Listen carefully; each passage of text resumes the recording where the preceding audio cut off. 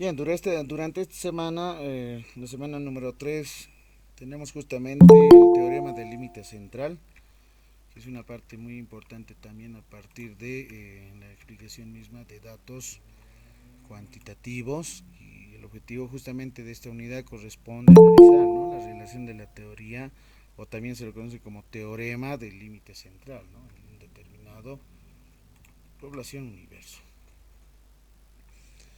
Bueno, el teorema central del límite es uno de los acápites muy importantes dentro de la estadística y que obviamente estudia el comportamiento, ¿no?, de la suma de estas variables aleatorias, ¿no? Sí, estamos hablando justamente desde la teoría de las probabilidades, ¿no? Cuando crece el número de sumandos y se asegura justamente una convergencia a una distribución normal, ¿no? Y la distribución normal X, a diferencia de la distribución normal Z, corresponde justamente en la distribución normal en el sentido de poder justamente, ¿no?, centrar el eje a una media igual a cero con desviaciones, o también conocidas justamente desviaciones estándar, que son los puntos de inflexión de una campana de Gauss, que también en condiciones son muy generales, ¿no? Este teorema existe en varias y diferentes versiones dentro de la estadística inferencial, y como también diferentes distribuciones de probabilidad, ¿no?, como la media puede expresar una función de suma de variables, ¿no? También permite aproximar muchas distribuciones como la distribución binomial, la ecuación, la chi cuadrada, t de Student, gamma, en relación a sus parámetros que vayan creciendo, ¿no? Por otro lado, la suma de variables aleatorias carece también en forma natural en muchas aplicaciones como de la ingeniería, la determinación de la masa forestal, carga soportada por una estructura, tiempo de espera de servicios, etcétera. Todo ello implica también, ¿no?, y requieren condiciones de normalidad y una correcta aplicación, y en consecuencia este teorema es un componente importante dentro de la formación de la estadística inferencial.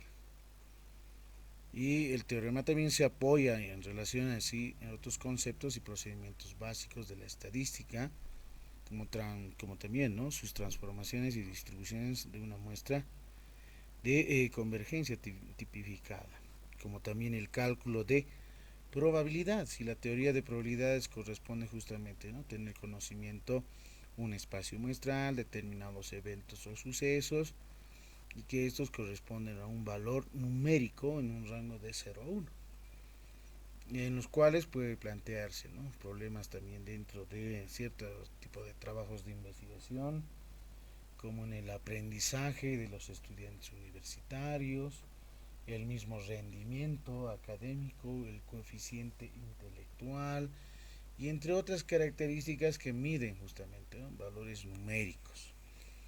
Es así también que el teorema central del límite, en algunos libros de probabilidades los van a ver, están dirigidos, ¿no?, netamente a ingeniería, y hay otras que también están dirigidas, ¿no?, a economistas, administradores. No son las mismas en realidad, pero existe justamente el sentido profundo mismo, ¿no?, del modelo en este caso, significados que se toman en cuenta de manera académica e institucional, de objetos matemáticos que se asumen, ¿no?, como una actividad muy importante en situaciones problemáticas de la cual se emergen y evolucionan progresivamente estos objetos. Y el análisis de los textos, aunque no sustituyan la observación de la enseñanza en el aula, puede proporcionar información para la construcción de instrumentos de evaluación y mejorar la enseñanza por sobre todo. Entonces, la presentación de probabilidades toman en cuenta, ¿no?, de este cierto tipo de teorema que estudia la siguiente hipótesis, ¿no? Es complejo el significado del teorema central del límite presentado en textos y aplicado a la ingeniería, ¿no?, de este cierto tipo de enfoques y apreciaciones que se toman en cuenta. Obviamente se muestra un gran, en este caso, grado de asimilación y abstracción, por sobre todo de estos objetos matemáticos. El teorema del límite es uno de los resultados fundamentales de la estadística. Es un teorema que nos dice que si una muestra es lo bastante grande, generalmente cuando el tamaño muestral n minúscula supera, ¿no?, a los 30, a la cantidad de 30, ¿no?, sujetos en sí. Sea cual sea la distribución, la media muestral seguirá aproximadamente a una distribución normal. Esa es la idea del teorema central del límite, ¿no?, la aproximación a una distribución normal. Cuando n tiende mayor, es decir, n minúscula es mayor a 30 en sí. ¿Y qué pasa en el caso de que n sea menor a 30? ¿Qué podemos decir de ella? Bueno, en ese caso no vamos a realizar una distribución o una aproximación de una distribución normal, sino será una distribución t de Student. Es así que cuando se toma en cuenta variables aleatorias se extraen muestras de tamaño mayor a 30, entonces calculamos los promedios muestrales de dichos promedios, se seguirán una distribución normal. Y a partir de n igual a 30, la distribución, por ejemplo, se le conoce binomial, se comporta también estadísticamente como una distribución normal, por lo que se puede aplicar tanto en test estadísticos, ¿no?, apropiados para esta distribución.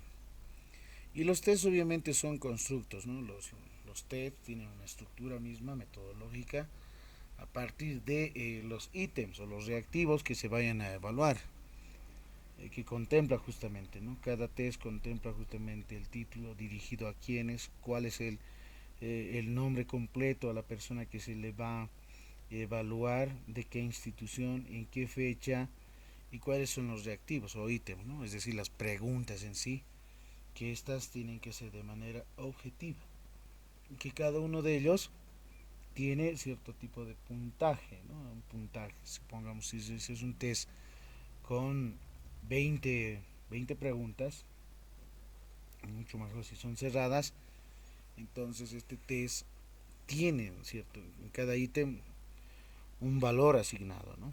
Y un valor asignado corresponde justamente a una medición. Miren. No olvidemos que los test instrumentos, también existen test dentro de la psicología, ¿no?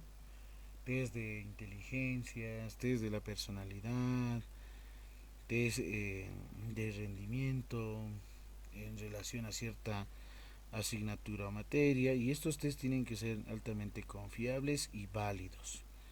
Y la confiabilidad de un determinado test corresponde a ser la medida, en este caso, del índice alfa de Cronbach. No sé si lo conocen, el alfa de Cronbach, o probablemente lo hayan visto o hayan escuchado, tal vez en alguno de los módulos. Y si no lo tienen, entonces me lo dicen y lo vemos, ¿no? ¿A qué se refiere el alfa de Cronbach y cómo se lo aplica, cómo se lo interpreta ese índice que se calcula o se determina? ¿Tiene conocimiento de esto? Consulto a la sala. Hola, hola, ¿están ahí? Creo que estoy solo. Sí, magíster. No sé si nos puede volver a, ¿qué se llama?, aclarar sobre el alfa de Cronbach. Lo hemos llevado, pero de manera general. Ah, ya. Han hecho Y ya con el la programa, SPS, ¿sí? Con el sí, SPS, ¿no? y sería bueno saber de la teoría y del por qué también, ¿no? De manera muy superficial. Ya. A ver, voy a dar una idea bien importante, significativa por sobre todo. Voy a abrir una hoja en Excel.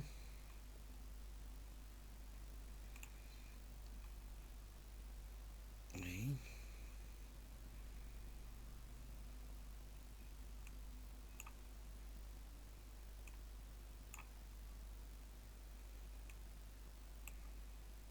Veamos aquí. Bien, no sé si pueden observarlo, voy a agrandar un poco más el tamaño de número. Aquí voy a insertar, miren, la pregunta número 1. Imaginemos P sub 1, P sub 2, pregunta 2, pregunta 3, pregunta 4 y etcétera. ¿Sí? Entonces en mi test, por ejemplo, tengo, supongamos, 10. Tengo 10 ítems. ¿Les parece? 10 ítems. 10 preguntas. Y para una prueba, por ejemplo, piloto, por lo menos mínimamente se lo define, ¿no? En un rango de 30 a 40 sujetos. Aquí voy a insertar cantidad de sujetos. Los sujetos, el número de sujetos, ¿no? 1, 2, 3, 4, 5, 6, 7, 8, 9, 10, 11, 12, 13 y 14, lo mínimo. Entonces, lo que se hace es lo siguiente para la tabulación del instrumento. Ahí está. Entonces, lo que me interesa son estos ítems, ¿sí? Las preguntas del test. Y yo quiero ver si ese test, quiero ver si es confiable. Y la confiabilidad o confianza se refiere cuál es ese grado en este caso, ¿no? De relación. Es decir, si cada uno de estos ítems son comprensibles o no entre sí, porque es lo que hace la medición intratest, en este caso de ítems, los reactivos, así se los menciona también, con respecto a las varianzas, en este caso, ¿no? De puntuaciones. Por lo general, obviamente toman en cuenta valores numéricos, ¿no? Supongamos que yo tenía una escala, ¿sí? Por ejemplo, en los determinados instrumentos, ciertos puntajes en sí, ¿no? Por ejemplo, aquí, si son 10, cada uno, ¿cuánto tendría que tomar en cuenta?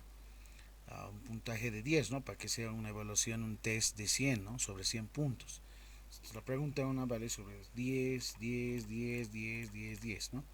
Suma total 100. Si el primer sujeto, por ejemplo, en la primera pregunta, eh, supongamos que no ha respondido, 0, de manera incorrecta. La pregunta 2, 1, de manera correcta, ¿no? Correcta e incorrecta. Pues voy a trabajar con ceros y unos, ¿está bien? Ahí está. Sí, solamente estoy viendo, ¿no? Que es 0 de que no haya respondido de manera correcta y 1 de manera correcta. Entonces aquí de la misma forma voy incluyendo los otros puntajes del segundo, ¿sí? Son valoraciones en este caso. A esa escala dicotómica se lo podría decir, ¿no? Una escala dicotómica yo lo estoy tomando en cuenta y a partir de esa quiero ir midiendo. Entonces voy anotando de esa forma, ¿no? Los puntajes correspondientes de acertado o no acertado a la respuesta correcta. Entonces el análisis aquí es bien importante, ¿sí? Y para no tardarme un poco más lo voy a copiar. Imaginemos que estamos aquí con los otros puntajes. Entonces lo que nosotros hacemos es esto, ¿no? Es llenar en una planilla, ¿no? Los puntajes correspondientes, ¿no? Es decir, si se ha respondido o no se ha respondido de manera correcta o de manera incorrecta, es decir, entre ceros y unos, ¿no? En realidad. Bien, yo tengo aquí, miren, la valoración, ¿no? Por ejemplo, estamos diciendo 0, respuesta incorrecta. Y 1 estoy definiendo como una respuesta correcta. Es decir, que lo ha acertado, ¿no? Es decir, si es 1 vale 10, obviamente. Si es 0, incorrecta, obviamente que no tiene valor numérico, ¿no? A eso me refiero. Bien, entonces estamos trabajando con esta escalita, ahí está, esa escala. Y lo que hacemos es, ¿no? Con el Excel, podemos ir trabajando también con el SPS y el Excel, ahorita voy a ir al SPS.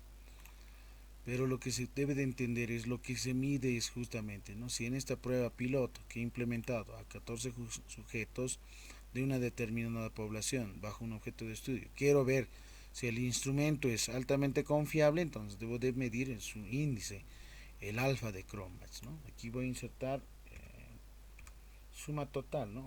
O el total. Es decir, lo que aquí se hace es sumar, ¿sí? Abrimos paréntesis, suma de estas valoraciones, ahí, de la fila. Ahí, por ejemplo, en el primer sujeto tiene una suma de 6, en cruz negrita sin soltar, obtengo las demás sumas. Listo, ahí está, y eso lo voy a pintar de otro color, verde. Las sumas, ¿no? En el tercero, suma 7, por ejemplo, aquí en la décima persona, 9, y así sucesivamente. Entonces, determino las sumas.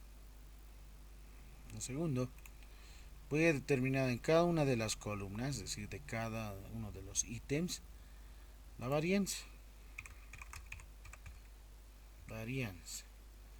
¿Y cómo determino las varianzas? Vamos a funciones, ¿no? Y en funciones corresponde, por ejemplo, a estadísticas. Entonces van a estadísticas y ahí ubican varianza, que está más debajo, ¿no?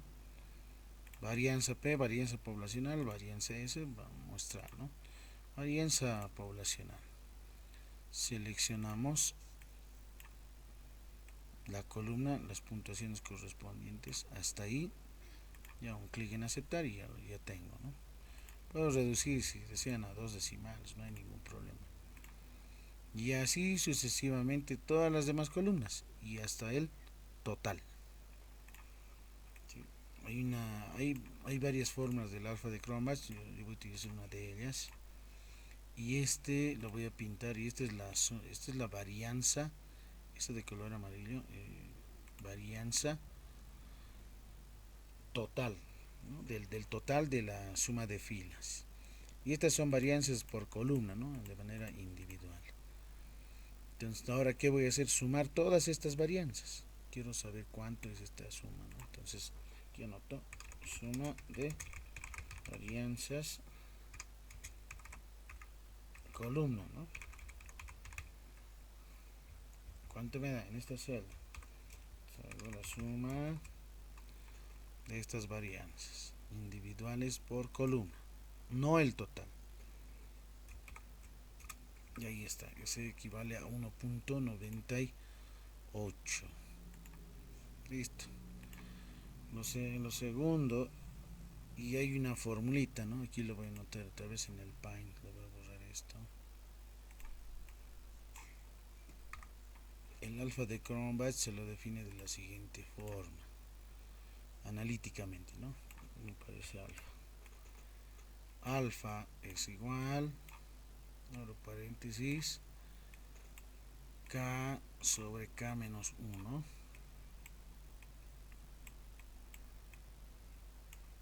Ahí está, donde K es justamente la cantidad, en este caso de ítems, multiplicado por, aquí un asterisco, un punto, 1 menos línea de fracción, la sumatoria, ¿sí? Sumatoria de varianzas individuales, es decir, columna, respecto a la varianza total, ¿no? De la suma total. Esta es la fórmula del alfa de Cronbach. Entonces, esta sumatoria, ¿dónde está? Es esta, ¿no? Sumatoria de varianza. Esta sumatoria, ¿dónde está? Es esta, 1.21. Listo. Entonces, ¿qué debo hacer? Dividir en fracción, ¿no? Entonces, 1 menos esa fracción. Entonces, aquí voy a hacer, aquí voy a colocar frac, ¿ya? La fracción. Entonces, la fracción, ¿qué es? Dice las sumatorias, aquí está, esta sumatoria dividido entre la varianza total, que es esta. Hago un enter y ya tengo la fracción. A esa fracción la voy a restar, ¿no? ¿Qué voy a restar? 1 menos la fracción. 1 menos la fracción. Es decir, aquí voy a anotar igual 1 menos esta, ¿no? Ese es el resultado de la fracción. Y eso da menos 0.6414.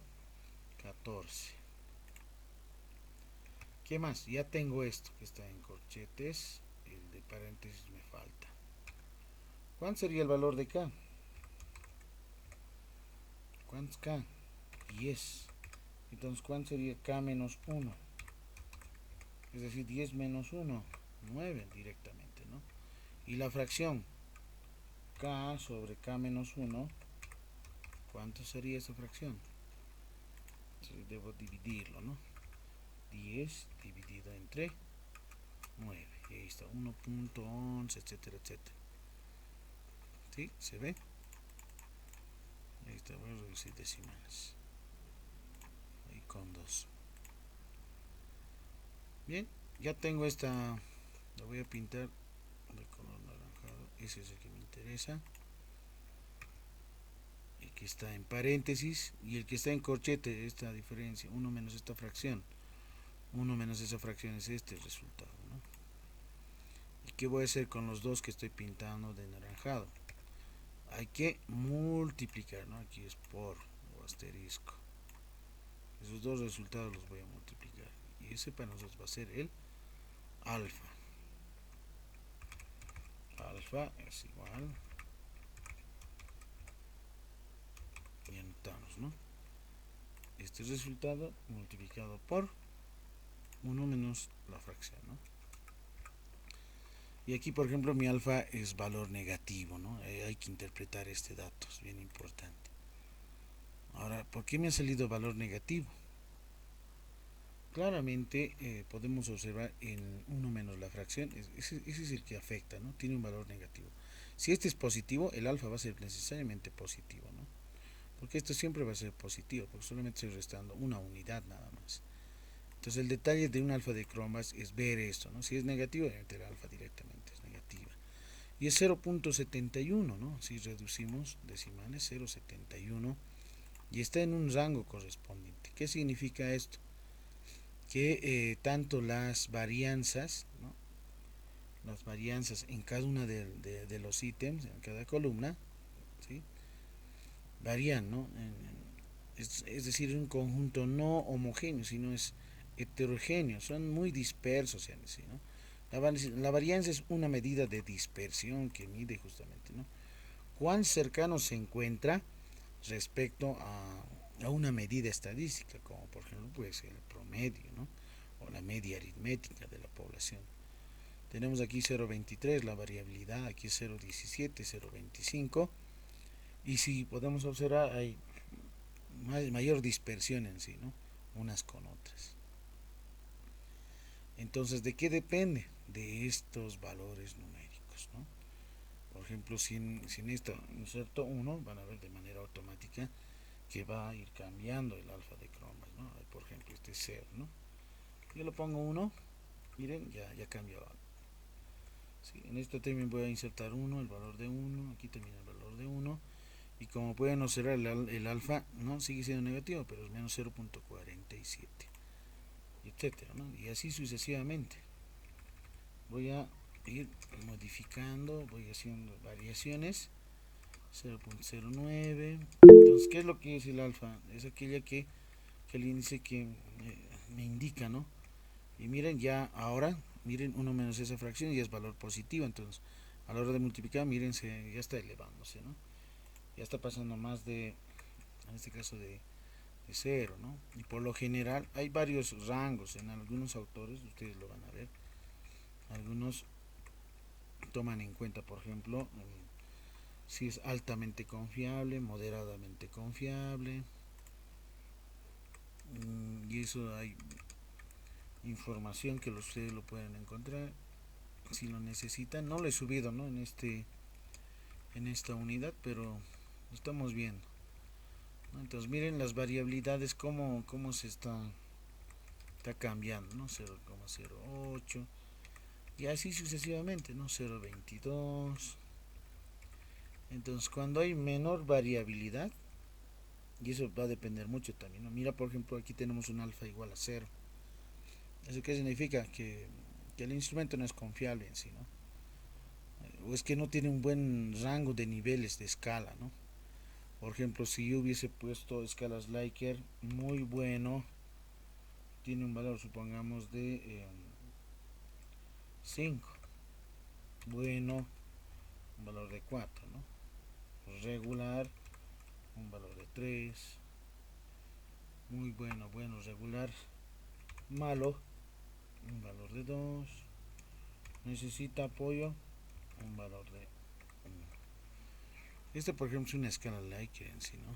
Y cuando miren, no todos son uniformes entre ceros y unos, ¿no? Aquí pueden ser 3, 4, 1, 5, etcétera. Y de esa depende también, ¿no? Depende de esa variabilidad también, ¿no? De las escalas. Entonces, como pueden observar, puede ir subiendo, puede ascender, puede bajar, eso lo puede reducir, puede ser negativa, etcétera, ¿no? Entonces, por ejemplo, cuando se trabajan con solamente dicotómicas, la gran mayoría no se tiene un buen alfa de cromas, ¿no? Por ejemplo, aquí es valor negativo, ¿no? Entonces, el que me convenía, por ejemplo, era el este, ¿no? El 0. Ahí, por ejemplo, es positivo, ¿no? 0.22. Pero a partir de eso tendría que ir evaluando, ¿no? Esta con esta, por ejemplo, en estas columnas, no tienen, ¿no? No hay mayor variabilidad, son iguales en sí. Pero 0.12 con 0.23 sí hay mayor variabilidad, ¿no? Entonces aquí hay que ver o hay que ajustar. Esta variabilidad me indica también, ¿no? Si en este ítem la gran mayoría tal vez probablemente no hayan sacado, no hayan respondido de manera correcta, ¿no? Entonces hay algunos realmente algunos errores que no haya que se tendría que perfeccionar, ¿no? Por sobre todo. Entonces ahí, por ejemplo, sigue cambiando, ¿no? Ese es el alfa de Cromes, ese índice, ¿no? Ahora, dentro de las investigaciones, por lo general se necesita que este alfa sea mayor a 0.5, es decir, 0.55, 0.60, 0.75, 0.80, 0.95, pero en la realidad muchos llegan a 0.56, 57, algunos llegan a 0.60 y otros a 0.70 hasta 0.75. Eso depende también, ¿no? Con qué escala se vayan trabajando. Bueno, es una alternativa, ¿no? De calcular el alfa de Cronbach con la hoja en Excel, ¿no? Ahora, con el SPS.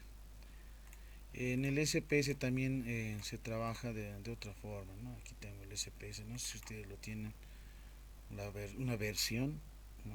Por ejemplo, es la versión 25.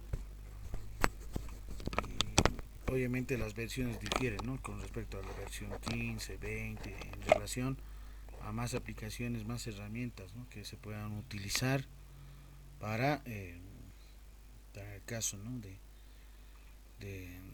del análisis estadístico que se lo realiza. Bueno, el SPS es una buena herramienta porque lo único que hay que hacer aquí, por ejemplo, es importar o exportar datos que yo los necesito, ¿no? Por ejemplo, aquí tengo una vista de variables, unas variables que debo designar, en este caso serán mis preguntas y la vista de datos, ¿no?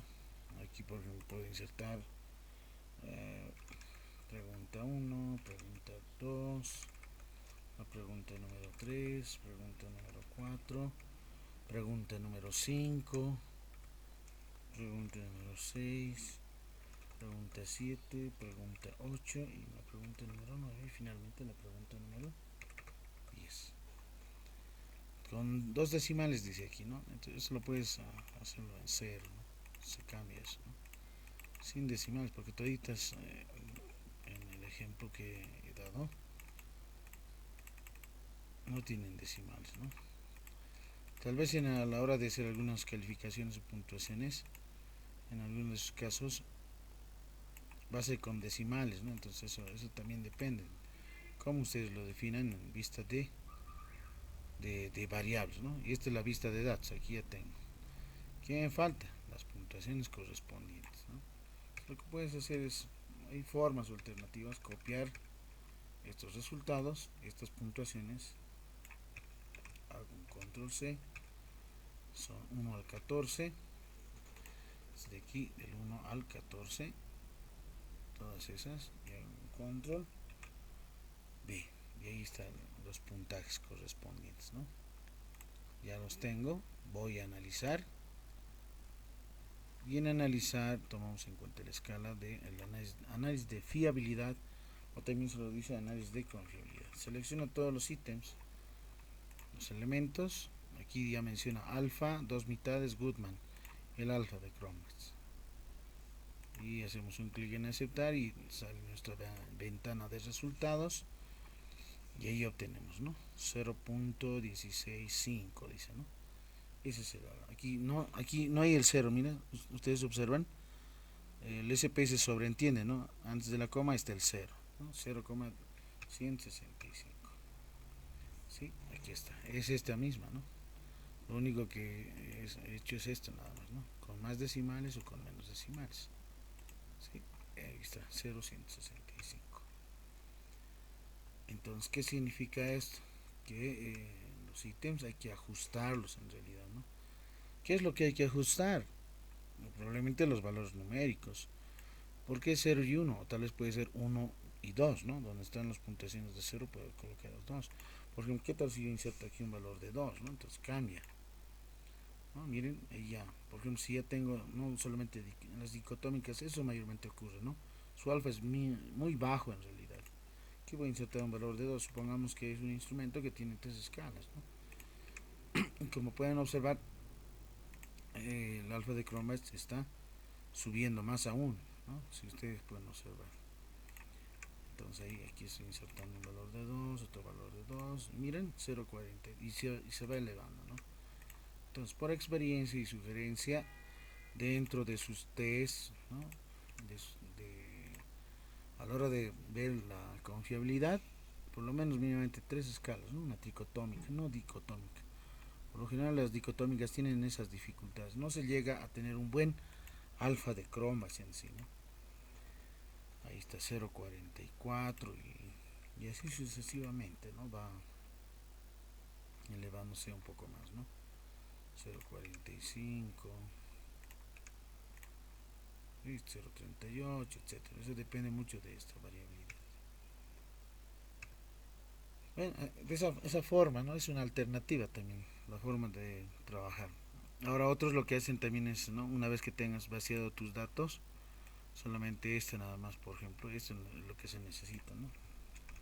Hago un control C, hago un archivo, voy a abrir una nueva hoja en Excel y voy a copiar. Listo, ahí está. Y voy a colocar aquí en mi archivo. Y miren, sin numeración, número de sujeto, solamente ítems y los valores numéricos, ¿no? Entonces voy a archivo, voy a guardarlo, supongamos que ya los he tabulado, pero quiero importar al SPS, ¿no? Entonces aquí voy a anotar base de datos, en el escritorio lo voy a guardar, listo. Voy al SPS, voy a abrir nuevamente archivo nuevo, ¿no? Nuevos datos, listo. Voy a archivo, importar datos y desde dónde, desde una hoja en Excel. ¿Dónde se encuentra? Lo direcciono, ¿no? Y voy a la unidad, ¿no? Correspondiente. Yo le guardo en el escritorio y aquí está base de datos, selecciono, hago un clic en abrir, espero un momento, identifica mi Excel, ahí está, ya lo he leído y hago un clic en aceptar. Y tengo ya la base de datos, ¿no? De manera ya más directa, ya no necesito typear, tabular, ¿no? Ya lo tengo directo. Luego analizar, hago el análisis de fiabilidad, selecciono todos los ítems, ahí, y alfa, y aceptar, ¿no? Y ahí está, ¿no? 0,386, ¿no? 0,39 en sí, redondeado sale. En este alfa que hemos copiado, ¿no? 0,386 o 0,39. Sí, que no pasa más del 50, 0,50, ¿no? O 0,5. Entonces esas escalas son muy importantes, ¿no? Mayores es decir que la fiabilidad o confiabilidad de ese instrumento interno mide, ¿no? Si tiene buen índice y mucho mejor si es mayor a 0,5, ¿no? 0,5 por lo general. Bueno, son alternativas, ¿no? Que se trabajan con el Excel o con el SPS. Entonces, cuando nosotros mencionamos tests, esos tests tienen que ser confiabilizados, ¿no? Con el alfa de Cronbach. Ahora, una vez que se ha hecho en la prueba piloto a los 14 sujetos, tengo un buen nivel de confiabilidad, entonces recién voy a aplicarlo, ¿no? A la muestra. para recolectar datos, ¿no? Significativos y relevantes, y que sean relevantes por sobre todo. Y una vez que recolecto esos datos ya voy haciendo, ¿no?, los análisis estadísticos correspondientes. Si es el promedio de puntajes, cuánto es el promedio, y eso ya con el SPSS se va trabajando, ¿no? Por ejemplo, en análisis, ¿no?, de estadísticas, puede ser probablemente tal vez tablas cruzadas también algunos van utilizando, ¿no? La pregunta 1 con respecto a la pregunta 2 o el ítem 1 con respecto al ítem 2, etcétera, ¿no? Mayormente frecuencias o datos descriptivos, ¿no? Por si yo quiero de la pregunta 1, ¿qué es lo que yo quiero, no? Aquí alguna determinada opción, quiero desviación estándar, el máximo, mínimo, la media, la suma total, etcétera. Continuar y aceptar, ¿no? Entonces obtengo, ¿no?, de la pregunta 1, valor mínimo 0, valor máximo 2, una medida de 0.93 con desviación de 0.475. ¿Qué tal si yo quiero realizar justamente una tabla cruzada de puntuaciones? Descriptivos, tablas cruzadas. Yo quiero enfilar, supongamos, el ítem 2, también el ítem número 3 con relación al ítem número 1 dentro de columna, ¿no? Puede ser, digamos, este de aquí, nivel o grado de escolaridad, variables en sí, ¿no?, que tomen en cuenta, ¿no?, número de hijos, etcétera. ¿Qué estadísticos puede determinar? Por ejemplo, aquí no necesitamos tal vez correlaciones, sí, requerimos correlaciones de manera exacta, ¿no? Monte Carlo, nivel de confianza si se desea, ¿no? En estadísticos, ¿qué valores en este caso, ¿no?, con la parte ordinal o nominal? Por lo general en los ordinales trabajan, ¿no?, con el tau de Kendall o la gamma, y voy viendo, ¿no? Hago un clic y si yo deseo mostrar gráficos también, ¿no?, en barras, y damos un estilo, hasta ahí formato, ¿no?, de manera ascendente o descendente, qué tipo de estilo. Ya, por lo general hacemos un clic en aceptar, encontramos ya la tabla cruzada, ¿no? Pregunta 2, pregunta número 1, respecto a las respuestas correspondientes o los ítems y las escalas, las medidas que se han determinado por intervalo, área de Pearson, es el coeficiente de correlación de Pearson, aquí es por ejemplo menos 0.024, relación estándar y una aproximación similar, ¿no?, como se puede observar su diagrama de barras respecto a pregunta o ítem 1 en relación al ítem número 2 en el eje de las X en relación al ítem número 1, y esta dará el ítem número 3 con relación al ítem número 1 de la misma forma. Bueno, son algunos casos, ¿no?, que se puede utilizar. Bien, entonces, ¿cuál es la importancia del teorema?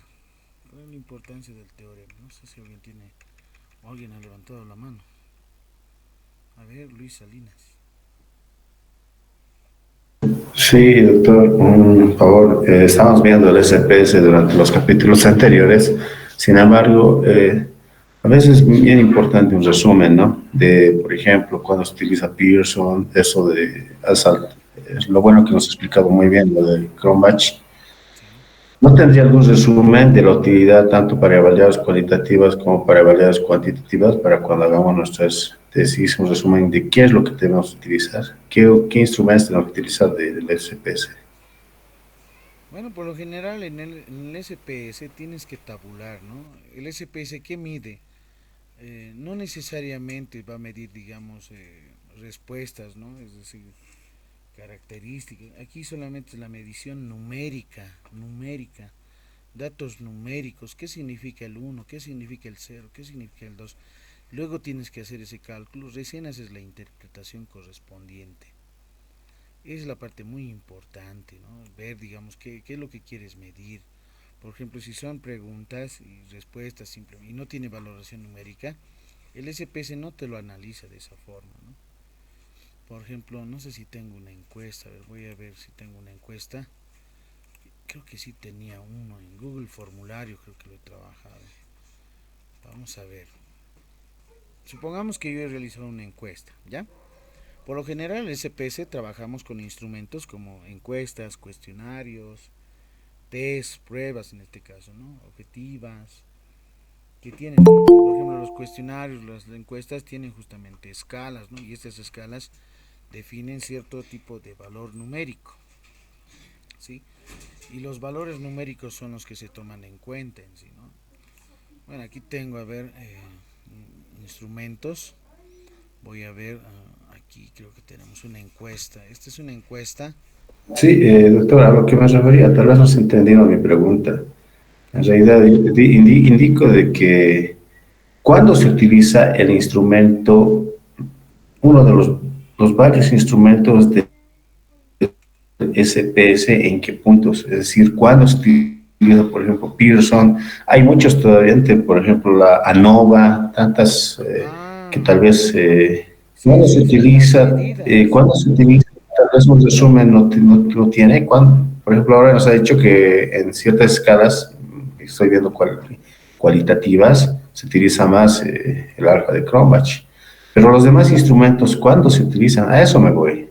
Ya, a ver, no son instrumentos, sino son ¿no? Mira, por ejemplo, tenemos regresiones. Los modelos de regresión lineal, ¿no? Pueden ser simples, pueden ser múltiples en sí, ¿no? De estimación. ¿Cuándo se utiliza regresiones? Cuando yo, por ejemplo, quiero ver si esas causas tienen mayor relevancia con respecto al efecto, ¿no? Las regresiones, por ejemplo, toman en cuenta en cómo el modelo, en este caso, ¿no? El modelo tiende, ¿no? A una, puede ser a una recta, necesariamente, puede ser tal vez a una curva, puede ser a una función exponencial o una logarítmica, pero ¿cuál de esas es la que mayormente tiende, ¿no? Es decir, las causas, ¿cuál es la que tiene mayor preponderancia de causas? Estamos hablando de regresiones con respecto a variables independientes con relación a una variable dependiente, ¿no es cierto? Y las regresiones, por ejemplo, ese análisis estadístico, ¿cuándo se lo hace? Cuando, por ejemplo, yo tengo varias causas, varias variables independientes y una variable dependiente, ¿no? Por ejemplo, aquí yo voy a mencionar, supongamos, yo quiero ver que x1, el x sub 2, el x sub 3, etcétera, para las regresiones estoy hablando, ¿no? Entonces, ¿cuál es la incidencia en esta variable dependiente, ¿no? Variables independientes. Entonces, la regresión me genera un modelo, ¿no? Un modelo matemático con respecto a un cierto coeficiente, supongamos a por x sub 1, ¿no? Más b por x sub 2, más c por x sub 3, etcétera. Hay un modelo y hay justamente un error, ¿no? Más un error es aleatorio, se lo conoce, o error de perturbación, ¿no? Aquí hay un modelo. Entonces, de estas causas, o estas variables independientes, ¿cuál es el que tiene mayor preponderancia? ¿Cuál tiene mayor relación? Probablemente alguna de estas no tengan mayor incidencia en el efecto, ¿no? En la variable dependiente.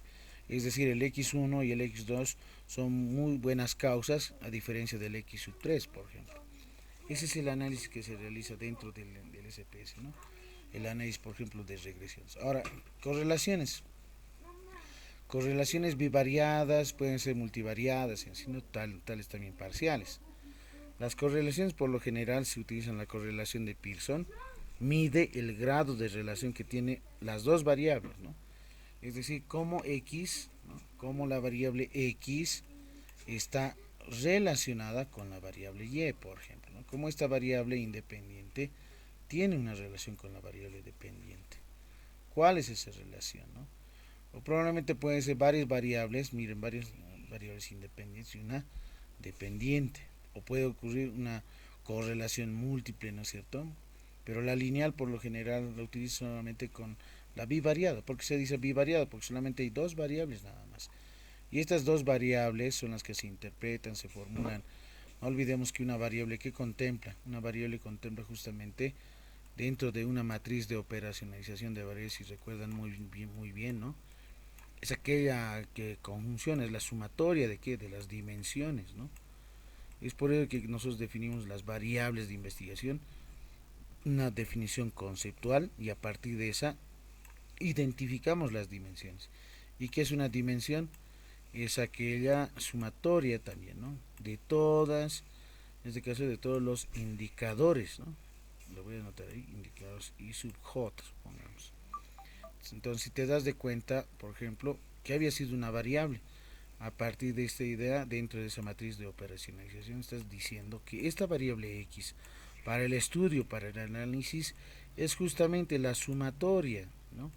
¿De quién? De la sumatoria, en este caso de indicadores, vale decir, una variable es un conjunto de indicadores, ¿no? Donde cada uno de esos indicadores toman en cuenta justamente elementos donde se formulan qué cosa, las preguntas, ¿no? Los reactivos, pregunta número uno, pregunta número 2, son las que se formulan a partir de la matriz de operacionalización de variables.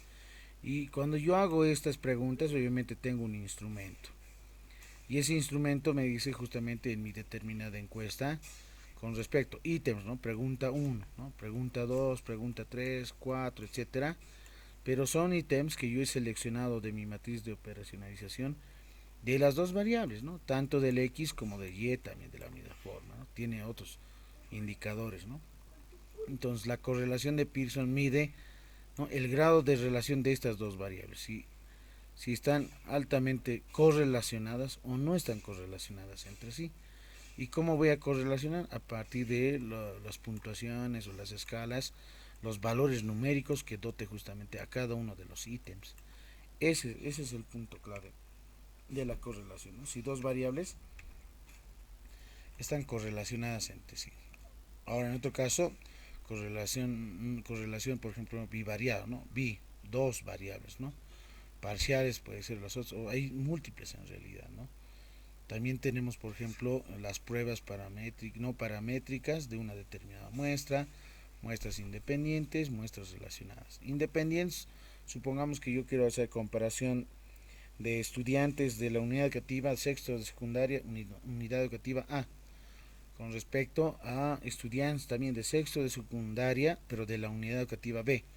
Ahí, por ejemplo, yo tengo dos poblaciones distintas con dos muestras distintas, ¿no? Independientes, ¿no? Una no depende de otra, por ejemplo, ¿no? Entonces ahí yo puedo realizar, por ejemplo, una prueba paramétrica. Y para muestras independientes se requiere justamente, ¿no? El tipo de análisis, qué es lo que se quiere comparar con respecto, ¿no? Al respecto a medianas, ¿no? Y la mediana también es una de las medidas estadísticas muy importantes, ¿no? A partir también como el promedio, por lo general se trabaja con el promedio mismo, ¿no? En la parte del análisis mismo.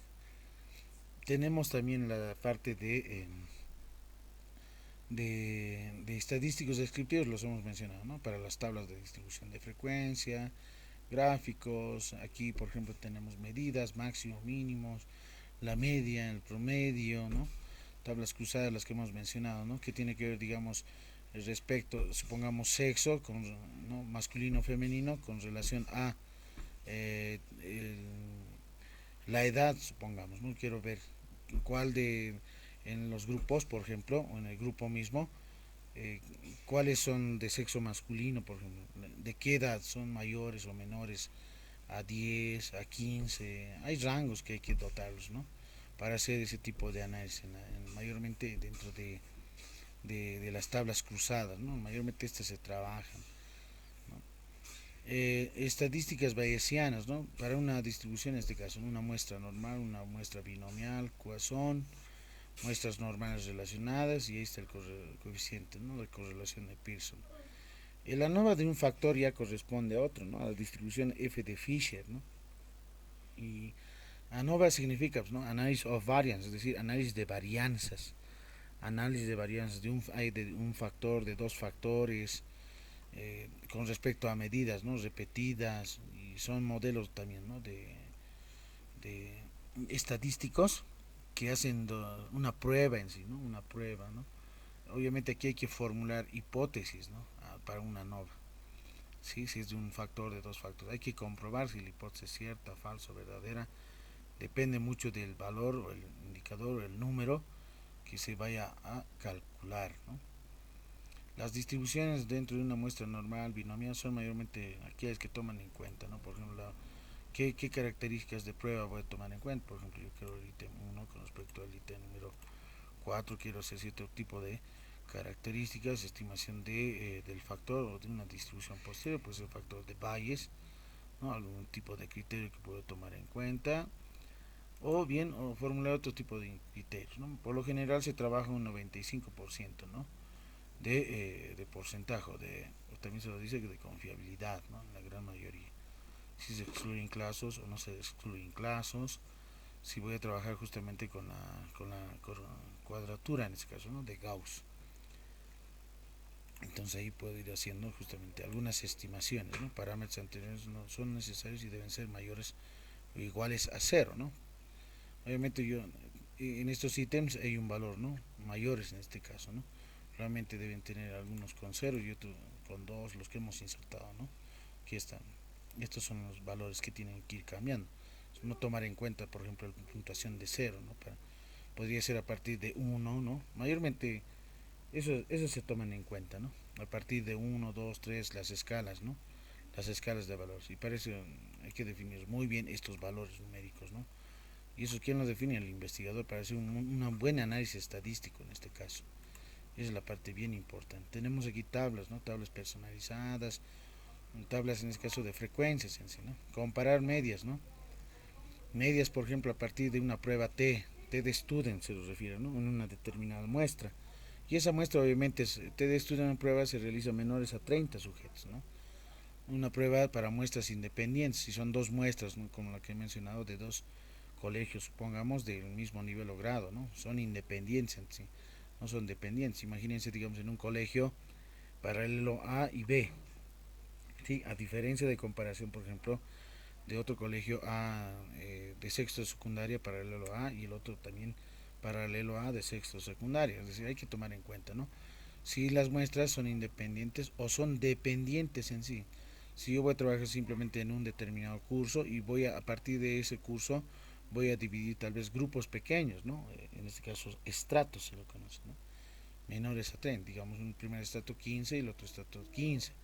Total en el curso son 30, digamos, entonces ya son muestras dependientes, ¿no?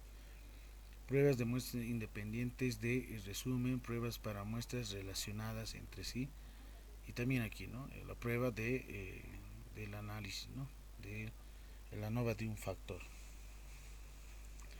¿Qué más? Por lo general esos son los modelos que se van trabajando, ¿no? Modelos, las otras son ya más a nivel econométrico, es más de análisis, ¿no? Por ejemplo, modelos mixtos, modelos lineales generalizados, ecuaciones, entre otros, ¿no?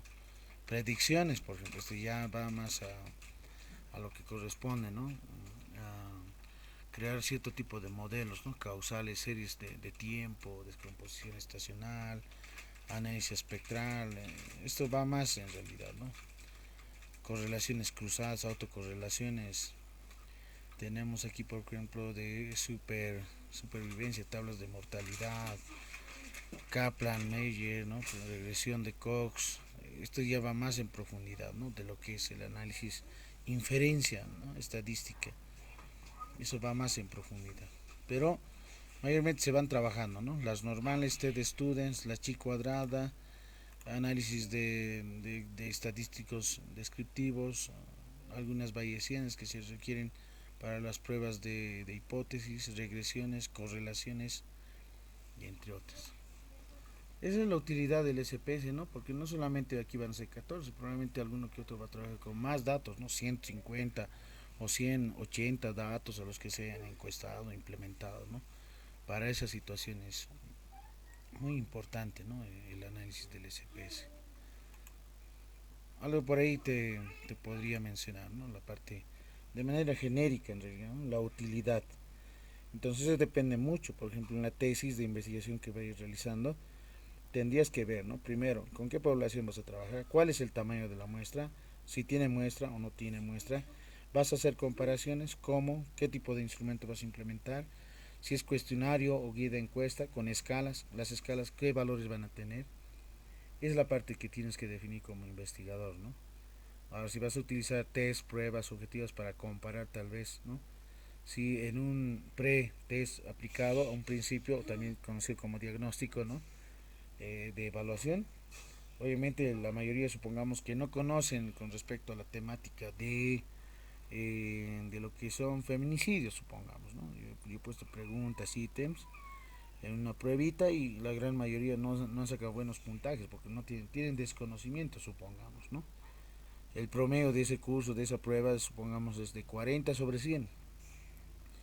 Entonces probablemente yo como tesista voy a proponer justamente, ¿no? Tal vez alguna estrategia, alguna herramienta acá clave, ¿no? Algún instrumento que pueda ayudar o tal vez algún video, YouTube, etcétera, alguna estrategia que pueda implementar más aún el conocimiento de la ley 348, supongamos, ¿no? Entonces, implemento, aplico, nuevamente hago la prueba, es decir, el post-test ya se lo conoce, a posterior, y comparo, ¿no? Ahí, por ejemplo, ya calculo puntajes más altos, su promedio de puntajes sobre 100 es de 80 sobre 100, entonces, a diferencia del pre como el post, ¿qué se puede decir? Hay un rendimiento más óptimo, se puede decir, ¿no? O mayor conocimiento o asimilación de la ley 348, podríamos mencionar, ¿no? Entonces ahí ya estoy realizando una comparación. Ahora esa comparación, ¿cómo lo vas a realizar? Si eran grupos pequeños, menores a 30, te estudien, ¿no? La prueba de hipótesis.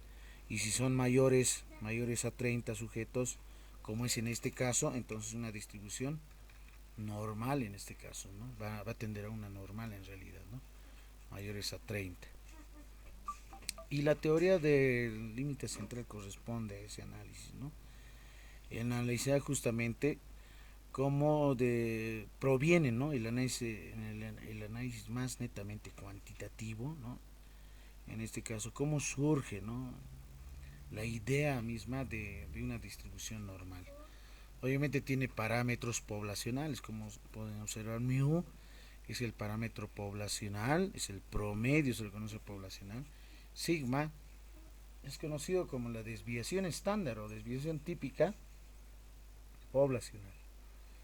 Mediante esa puedo hacer aproximaciones, por ejemplo, una distribución binomial, ¿no? Con una serie, con una cantidad muestral con respecto a una probabilidad de éxito, ¿no? Y el complemento de fracaso es Q, 1 menos P, el complemento, ¿no?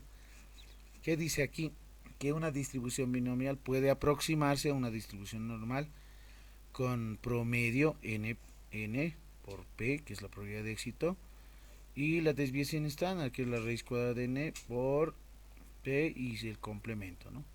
Que corresponde justamente a estos parámetros. Y si es respecto a una variable aleatoria de ecuación, por ejemplo, con parámetro en este caso lambda, entonces se aproxima a una distribución normal. Cuando el promedio es la misma, ¿no? Es decir, lambda, con respecto a ese estimador o estadístico en relación a la raíz cuadrada de lambda, que va a ser justamente la desviación típica estándar. Entonces, ¿qué es el teorema del límite central? Primero, en noción tomamos en cuenta variables aleatorias, x1, x2, xn, una cantidad finita, que sean justamente continuas, independientes, igualmente distribuidas, con media y varianzas finitas. Entonces lo primero que se inicia es definir, ¿no? la variable y sub n, la última, como aquella sumatoria, ¿no? De las variables aleatorias continuas, ¿no? X sub j, esta es la sumatoria de símbolos, límite inferior, límite superior, está hablando de estas variables aleatorias continuas. Y sea z, por ejemplo, define justamente con respecto a la variable que se ha definido esa sumatoria y sub n menos el promedio o la media en la variable con respecto a desviación típica estándar en la variable y. ¿Y qué es y? M sub y es la media y se lo conoce como la esperanza matemática de la variable de esa sumatoria de variables aleatorias, ¿no? Y sigma cuadrado sub y es justamente la varianza, ¿no? Si le sacas la raíz cuadrada es sigma, simplemente la desviación típica estándar, ¿no? La varianza respecto a la variable aleatoria, y esta variable aleatoria es justamente las sumas de todas las variables aleatorias individuales, se podría decir, o continuas, simples. Entonces, independientemente de la distribución de la variable x sub j, se verifica lo siguiente: el límite cuando n tiende al infinito, es decir, cuando es muy grande, la función misma generatriz respecto a la variable z, en este caso estandarizada, toma en cuenta una función más simple, ¿no? Y tiende a ser justamente 1 sobre raíz cuadrada de 2 por pi, la constante respecto a la exponencial, la función exponencial, menos z cuadrado sobre 2 en este caso, ¿no? Que corresponde a una función, en este caso, ¿no?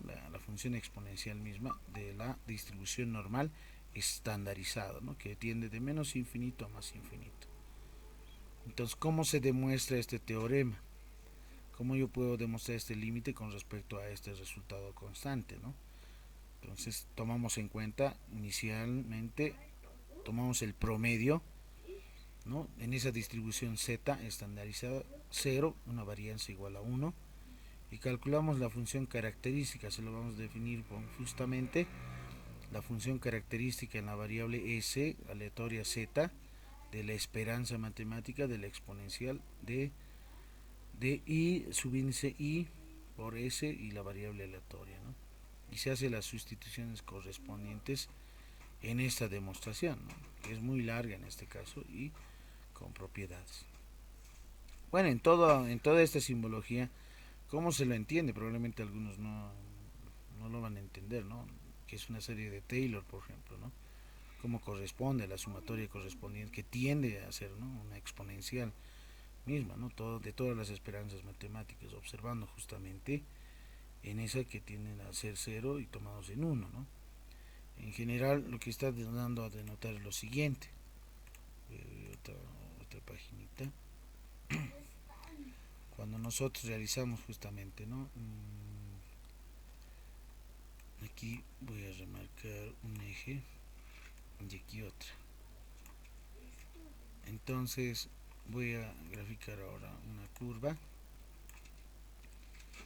en los cuales, por ejemplo, esta puede estar aquí, mi curva, ¿no? Mi campana de Gauss, y esta aproximadamente ahí, ¿no? Entonces esta tiene un eje, en este caso x, y esta su eje va a ser z. Entonces aquí, por ejemplo, su promedio, si hago unos puntitos ahí más o menos, ¿no? Se encuentra mu, puntos de inflexión que corresponden justamente a eso, ¿no? Donde está, por ejemplo, aquí mu menos sigma, y este va a ser, aquí para que se vea, mu más sigma en una distribución normal. Aquí estamos hablando, ¿no? Con parámetros n, normal, distribución normal, parámetro poblacional mu con respecto a su sigma, que es la desviación típica estándar poblacional. Entonces, no necesariamente el promedio va a tender a 0, ¿no? Pero si yo hago una aproximación correspondiente, aquí necesariamente estoy diciendo que el promedio o la esperanza matemática es 0, y que los puntos de inflexión obviamente es simétrica, por si acaso, ¿no? Es conocida como la campana de Gauss. Entonces ahí tiene, ¿no? Lo que es mu más sigma, y esta que es mu menos sigma. Eso que corresponde a tomar en cuenta, ¿no? Promedio igual a 0 y sigma, que es la desviación estándar, en este caso igual a 1. ¿Sí? Entonces ahí yo estoy estandarizando, es decir, la distribución normal estándar correspondiente con media igual a 0 y desviación típica estándar 1. Ahí estoy haciendo las aproximaciones. Ahora, ¿por qué? Porque en esta es un poco más complicada la función generatriz, ¿no? De momentos, que era esta misma, pero sin la variable z, ¿no? Donde z determina, ¿no? Esta se lo conoce también como variable estándar, ¿no? Variable estándar se lo dice, ¿no? Tengo ahí justamente determinado promedio con respecto a una esperanza matemática de un determinado conjunto, ¿no? De variables aleatorias con respecto a su desviación. Entonces tomamos en cuenta ahí, ¿no? Esa aproximación misma, y a partir de de la demostración correspondiente tomamos en cuenta justamente, ¿no? Haciendo algunas propiedades de límites, tal vez alguno de ustedes ya lo ha visto límites o no necesariamente, ¿no? Más aún cuando estas tienden al infinito y se hace tender al infinito para hacer una aproximación misma, ¿no? A cierto constante o valor numérico, ¿no? Por ejemplo, aquí la función de densidad de z en el límite toma en cuenta esta característica, ¿no? Es función de densidad en la variable x, f de x es igual a 1 sobre 2pi por la integral, ¿no? De menos infinito a más infinito respecto a la exponencial menos y por t por x, que es respecto a c, que corresponde justamente, ¿no? a esta característica misma, ¿no? Entonces tomamos en cuenta respecto a la diferencial de t en un determinado tiempo, un momento, y se realizan otras operaciones, ¿no? Con integrales, donde esta exponencial podemos hacer algunas operaciones que tienen justamente, ¿no? Con la parte de correspondencia de los números complejos, ¿no? Es decir, una suma en este caso, ¿no? Equivalente se podría decir. Hace propiedades, se integra en cada una de las constantes. Obviamente la integración se puede distribuir con respecto a la suma de funciones o diferencia de funciones. Se integra en cada una de las funciones. Se hace operaciones aritméticas y matemáticas hasta determinar un cierto valor. Y ese valor es justamente, ¿no?, la que se denomina como la variable z estandarizada en esta función de densidad. Y ahí ya se tiene justamente una distribución normal con media y desviación típica sigma en sí, ¿no? En realidad esta sería la función real, ¿no?, de la normal, a diferencia de esta que está estandarizada en sí, ¿no? Entonces aquí se tiene una variable en este caso, ¿no?, respecto a la variable aleatoria y esta respecto a la variable en este caso, ¿no?, estándar z. Bueno, aquí tenemos un ejemplo. Hay algunas situaciones, ¿no?, de fenomenológicas que originan actividades matemáticas, situaciones de problemas de aplicación, lenguaje de representación de materiales que se vayan a utilizar en la actividad matemática. Hay procedimientos en los cuales se utilizan algoritmos y operaciones, reglas de cálculo, conceptos de definición, proposiciones que mayormente se utilizan, ¿no?, dentro del teorema del límite central. Entonces, ¿cómo se lo interpreta? Y hay argumentos también, ¿no?, o acciones y objetos que ligan entre sí, argumentos de razonamiento y comprobación de soluciones a la hora de explicar. En investigaciones sobre teorema del límite central, ¿no?, por ejemplo en las psicológicas y didácticas, han llamado la atención mayormente a los errores frecuentes en la realización e interpretación de la estadística misma a la hora de ver, ¿no?, inferencias, intervalos de confianza y por sobre todo contrastes de hipótesis. Y estos errores han tenido algunos orígenes, ¿no?, dentro de la comprensión deficiente del concepto de distribución muestral y del teorema central del límite. Ahora bien, tomamos en cuenta justamente para esta situación la medida de distribución muestral es igual a la media de la población en sí, ¿no?, e igual a la media de la muestra cuando el tamaño de muestra tiende al infinito. La varianza de la distribución muestral es menor a la de la población cuando n es justamente mayor a 1. Y la forma de distribución muestral tiende a ser acampanada, es decir, campana de Gauss, que incrementa el tamaño muestral, se aproxima a una distribución normal, independientemente de la forma. La forma de la distribución muestral crece en altura y decrece en dispersión, ¿no?, de medida del tamaño muestral que vaya creciendo en sí. Entonces tomamos algunos estudios, elementos de significados de distribución normal y la parte importante, ¿no?, algunos aportes que han dado de Moivre, Laplace, Poisson, Dirichlet, Bessel, Chebyshev, Markov, ¿no?, Lyapunov, entre otros estadísticos y matemáticos dentro del campo del análisis estadístico, ¿no? Aquí tenemos un ejemplo concreto. El ejemplo menciona que una determinada empresa de mensajería que opera en una ciudad tarda, dice, un promedio o media o esperanza de 35 minutos en llevar un paquete, ¿no?, con una desviación típica de 8 minutos. Supóngase, ¿no?, que durante el día de hoy han repartido 200 paquetes. Entonces, pregunta, ¿no?, ¿cuál es la probabilidad de que la medida de los tiempos de entrega de hoy esté entre 30 y 35 minutos. Entonces aquí hay que estandarizarlo, ¿no? Porque tengo una muestra en realidad, ¿no?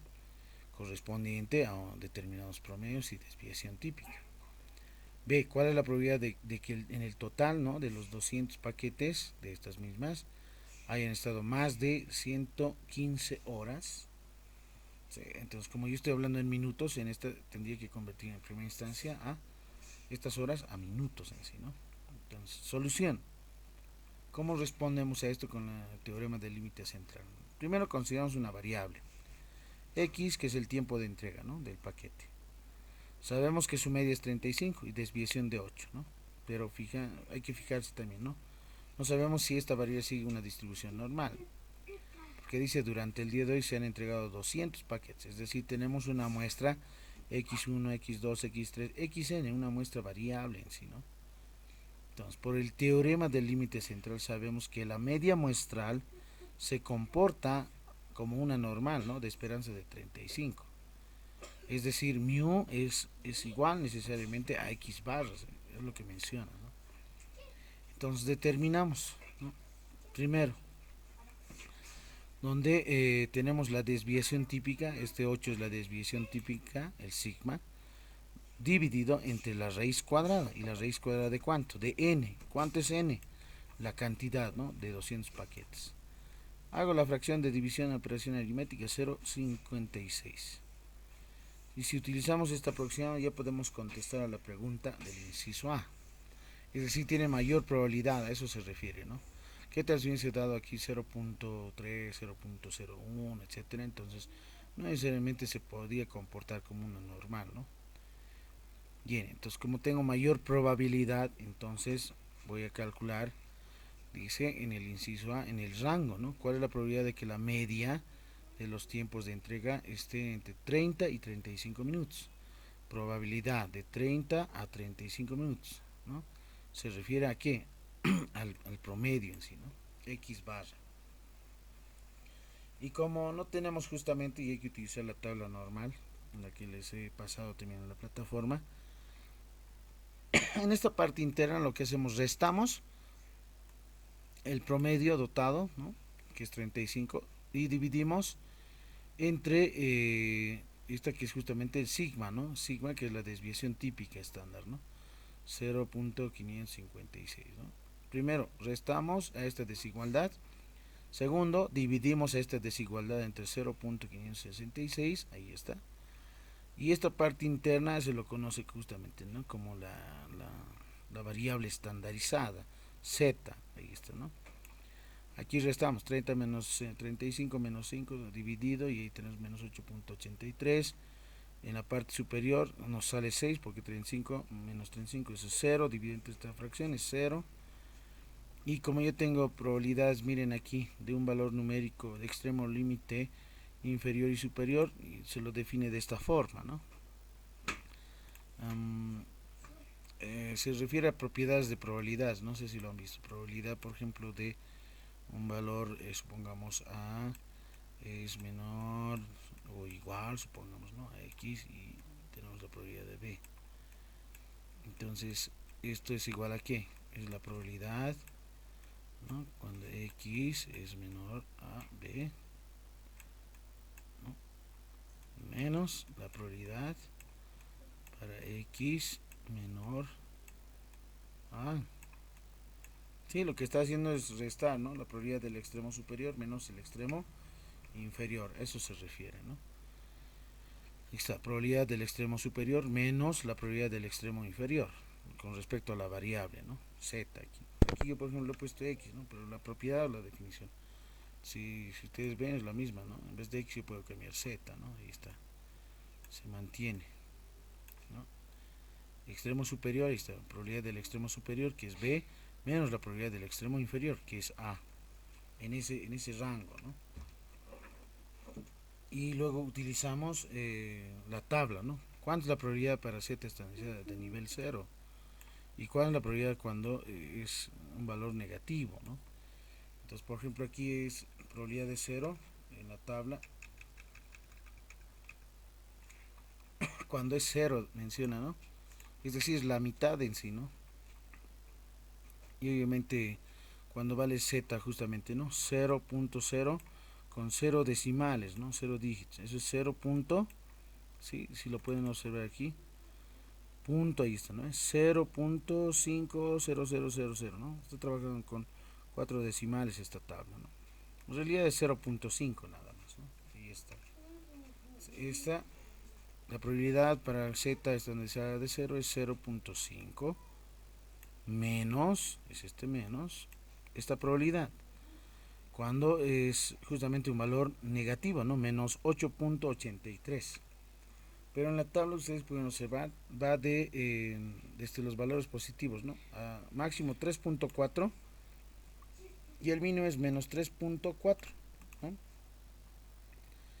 Entonces, ¿qué pasa cuando tenemos el extremo mínimo inferior? ¿A dónde tiende?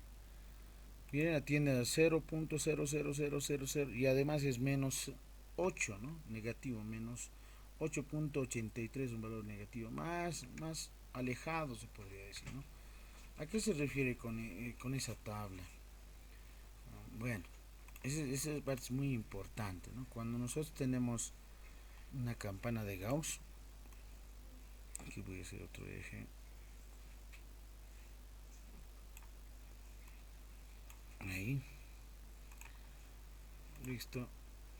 Y miren, obviamente esta curva no se intersecta, ¿no? No se intersecta con el eje, ¿sí? Tiende esto hacia más infinito, ¿no? Y esta cola tiende hasta el menos infinito. Entonces, ¿qué me está diciendo? La tabla, por lo general, hay otras tablas que llegan hasta 4, si habrán observado, ¿no? Tal vez algunos de ustedes tienen otra tabla y llega hasta 4, ¿no? De menos 4 a 4, por ejemplo, ¿no? Por ejemplo, aquí voy a anotar una barrita. Vamos hasta aquí. Y esta otra hasta aquí. ¿Sí? Aquí va a estar, por ejemplo, el menos 4. Y aquí el 4 positivo. Bueno, para nosotros está aquí el 3 punto positivo, ¿no? Ustedes han visto. Trabaja en esta tabla hasta el 3.4 nada más, ¿no? 3.4. Y aquí, más aquí, pues, para nosotros está el negativo, menos 3.4. ¿Sí? Hasta ahí nada más. Entonces aquí tengo valores, ¿no? Tengo una área en realidad. Cuando están muy alejadas, por ejemplo, menos 4 y aquí está el menos 8, por ejemplo, ¿no? ¿Cuánto es su probabilidad, ¿no? De esa área? Es decir, ¿cuánto vale esa área pequeñita? En realidad normalmente tiende a cero en sí, ¿no? Por eso, por ejemplo, el último, el menos 3.4 o menos 3.49 sería en realidad con el tercer decimal, es 0.0002 en realidad, muy bajo, ¿no? En realidad es cero esto en realidad. Por esa situación aquí, para este dato, valor negativo, cero directamente, ¿no? Y restando eso, ¿cuánto nos da? 0.5. Entonces, ¿qué es lo que nos está diciendo?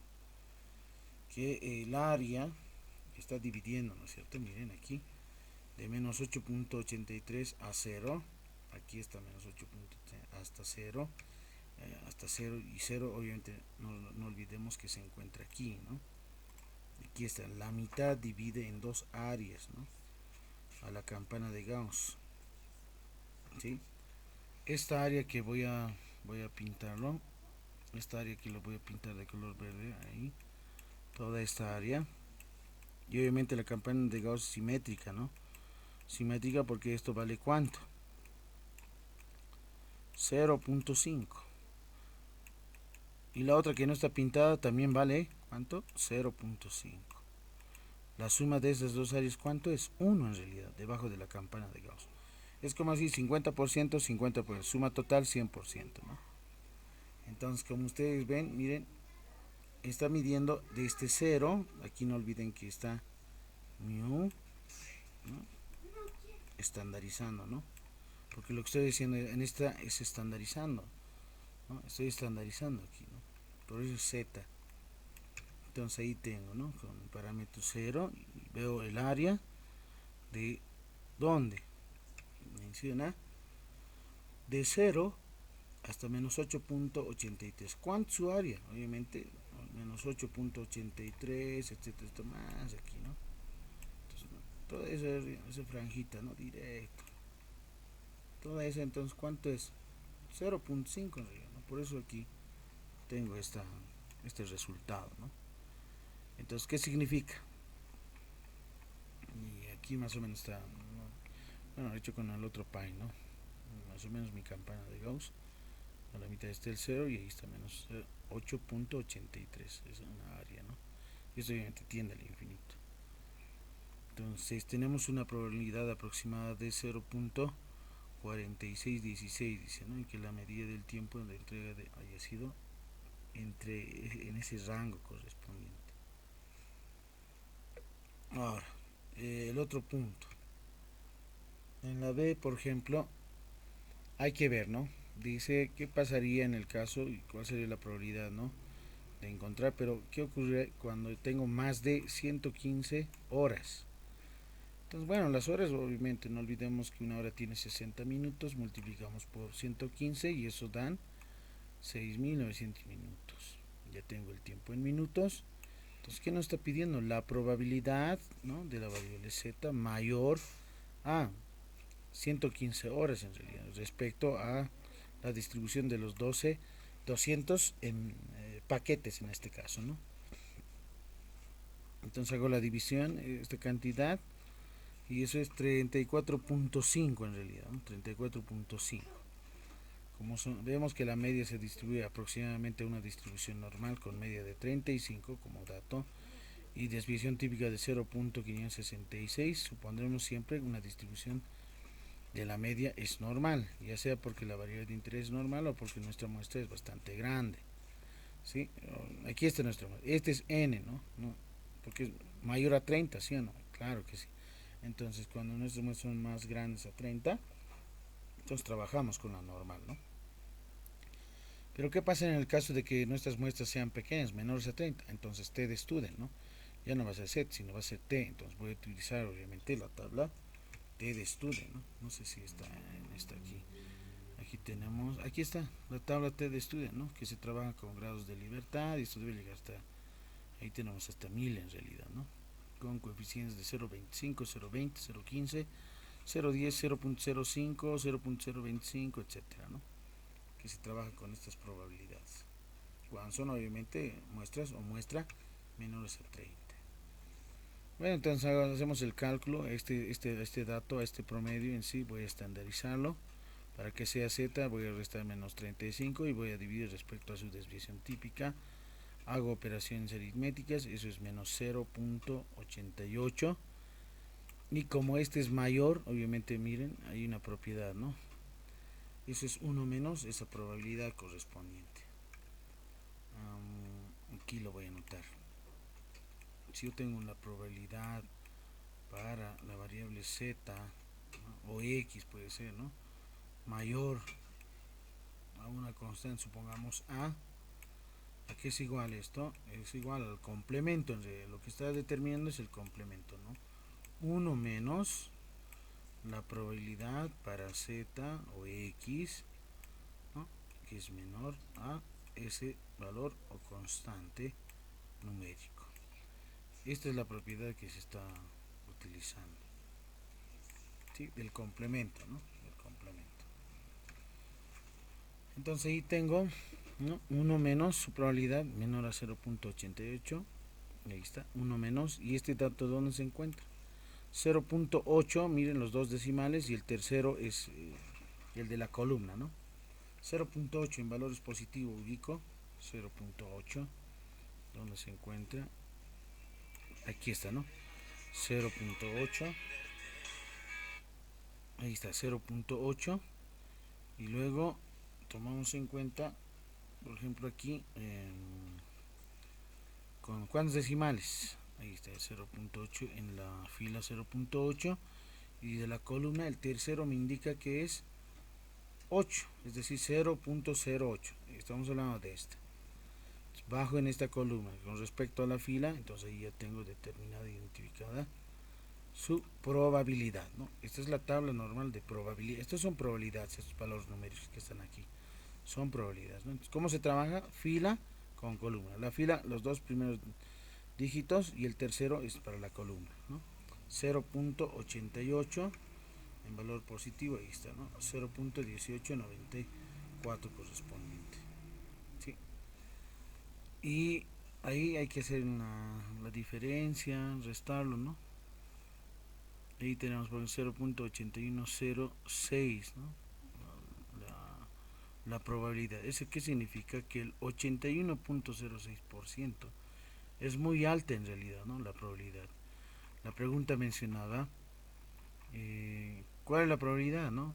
De que el total para los 200 paquetes haya estado más de 115. ¿Hay mayor probabilidad? Sí o no. Sí, hay mayor probabilidad en este caso, ¿no? Es decir, los 200 paquetes hayan estado más de 115 horas, es mayor su probabilidad a que sea menor en sí, ¿no? La interpretación. Bueno, es el documento. Y aquí también hay otro en las diapositivas, ¿no? Hay otros ejemplos. Aquí ya se habla, ¿no? De la curva de la campana. Esta es la función de la distribución normal. No necesariamente está en el eje, ¿no? Donde es convexa, cóncava en los extremos, con un sigma, dos sigmas, en este caso desviación típica estándar, algunas características, ¿no? De la idea de la curva de la distribución normal a partir de un conjunto de datos, ¿no? Si esta es simétrica o no es simétrica.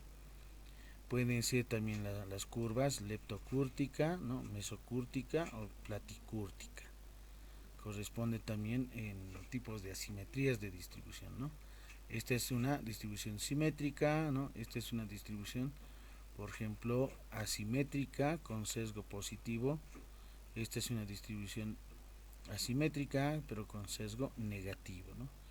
Y en relación, obviamente, ¿no? Aquí, por ejemplo, en la distribución simétrica de la campana de Gauss, la media, mediana, moda son iguales, ¿no? Esa se la conoce como la relación empírica, ¿no? En estadística descriptiva lo conocen como la relación empírica entre media, mediana y moda.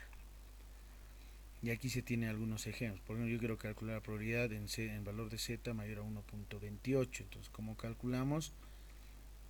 Primero identifico el área. ¿Dónde está el 1.28? Obviamente a partir de 0, parte positiva, parte negativa. Parte positiva ubico 1.28, ahí está. Tengo un área específica. ¿Y esta área cuánto es en realidad, no? Entonces ahí tomamos en cuenta 1.28, los dos decimales, 1.2 dice, ¿no? 1.2 en la fila con 0.08, ¿no? En la columna, y eso es 0.3997. Hay diferentes tablas, eso van a tomarlo en cuenta también, ¿no? Veremos en este caso 1.2, aquí está 1.2. ¿Y cómo se está trabajando? Por ejemplo, este se trabaja de una, hay otras de dos colas, eso van a tomar en cuenta si es que tienen otras tablas, ¿no? Las probabilidades cambian también, ¿no? Entonces hay que utilizar propiedades. 1.2 de 0.08. En esta columna 0.08 de 1.2. ¿Cuánto tiene, por ejemplo, en esta? Ahí está, ¿no? Ese es, ¿no? 0.8997, por ejemplo, ¿no? 0.8997. Miren aquí 0.8997. Aquí hay un error de typeo, ¿no? No es 0.3997, ¿no? Es 0.8997, ¿no? Aquí está. Si lo ven, hay un error de typeo aquí, ¿no? Y esa es su probabilidad.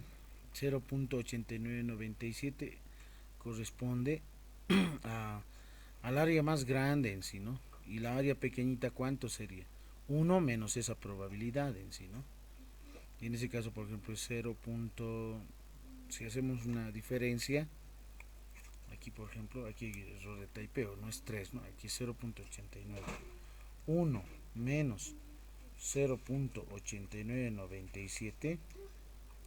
Esta área pequeñita es 0.1003, ¿no? En realidad 0.1 aproximadamente en un redondeo con dos decimales, ¿no? 0.1, y este se redondea el espacio más grande que no está pintado, 0.89, ¿no? 0.89, es decir, el área más grande, ¿no? el área más pequeña, eso se refiere. Algunos cálculos que se los ha denotado también, ¿no? También está en la tarea, en las actividades de la semana, de esta semana uno. No sé si lo han visto en la plataforma, está en la tarea, ¿no? Por ejemplo, aquí se tiene la tarea número 3, ¿no? Ustedes ingresan a la tarea número 3 y aquí está, ¿no? La tarea número 3. Lo voy a abrir. En la primera, resolver, dice los siguientes ejercicios, ¿no? Probabilidad, cuando x aquí, ¿no?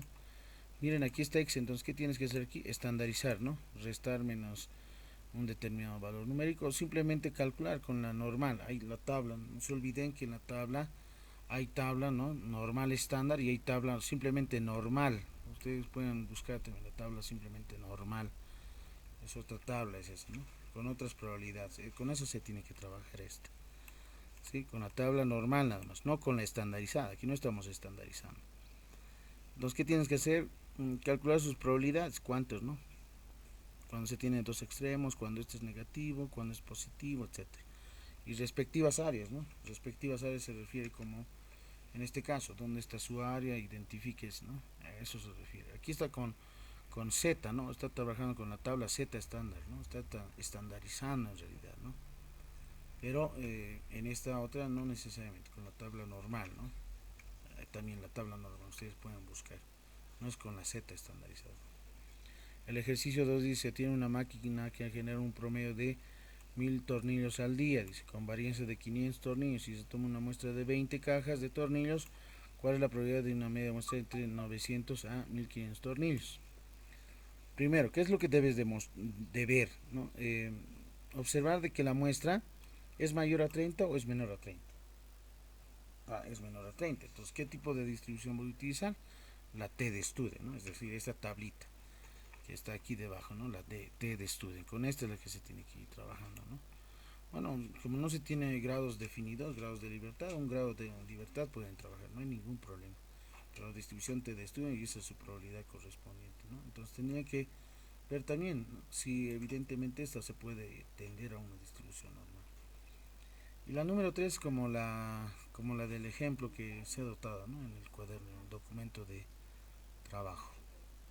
Esa es la tarea, ¿no? de la plataforma, ¿no? Esa actividad está ampliada hasta el 15, ¿no? Hoy es 8. Hasta la siguiente semana tienen unos días más para que puedan ir trabajando. El foro, hay un documento de lectura que tienen que responder a esta pregunta. Y si entre ustedes, ¿no? Pueden coincidir algunos, ¿no? ¿Cuál es el teorema del límite central? Defina la proposición, la definición conceptual nada más, ¿no? Para el análisis del teorema del límite central del límite, ¿qué tipología de objetos matemáticos primarios denominada elementos del significado se requieren? Dice. Entonces en el artículo que está ahí cargado menciona, ¿no? Los elementos del significado. ¿Qué objetos matemáticos son esos, por ejemplo? ¿No? Ya los hemos mencionado algunos, que son los parámetros, por ejemplo. ¿Qué más tenemos? La evaluación de la unidad. Bueno, la evaluación de la unidad, ahí está el link correspondiente. Y esta se va a habilitar el día de mañana, ¿sí?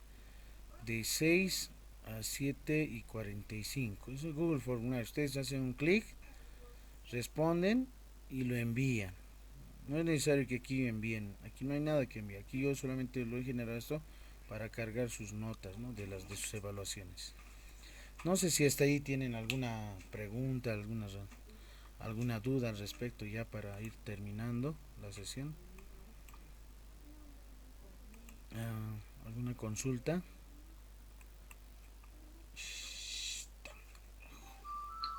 Sí, Magíster, no sé si nos podría facilitar algunos ejemplos más para poder captarle un poquito mejor, ¿no?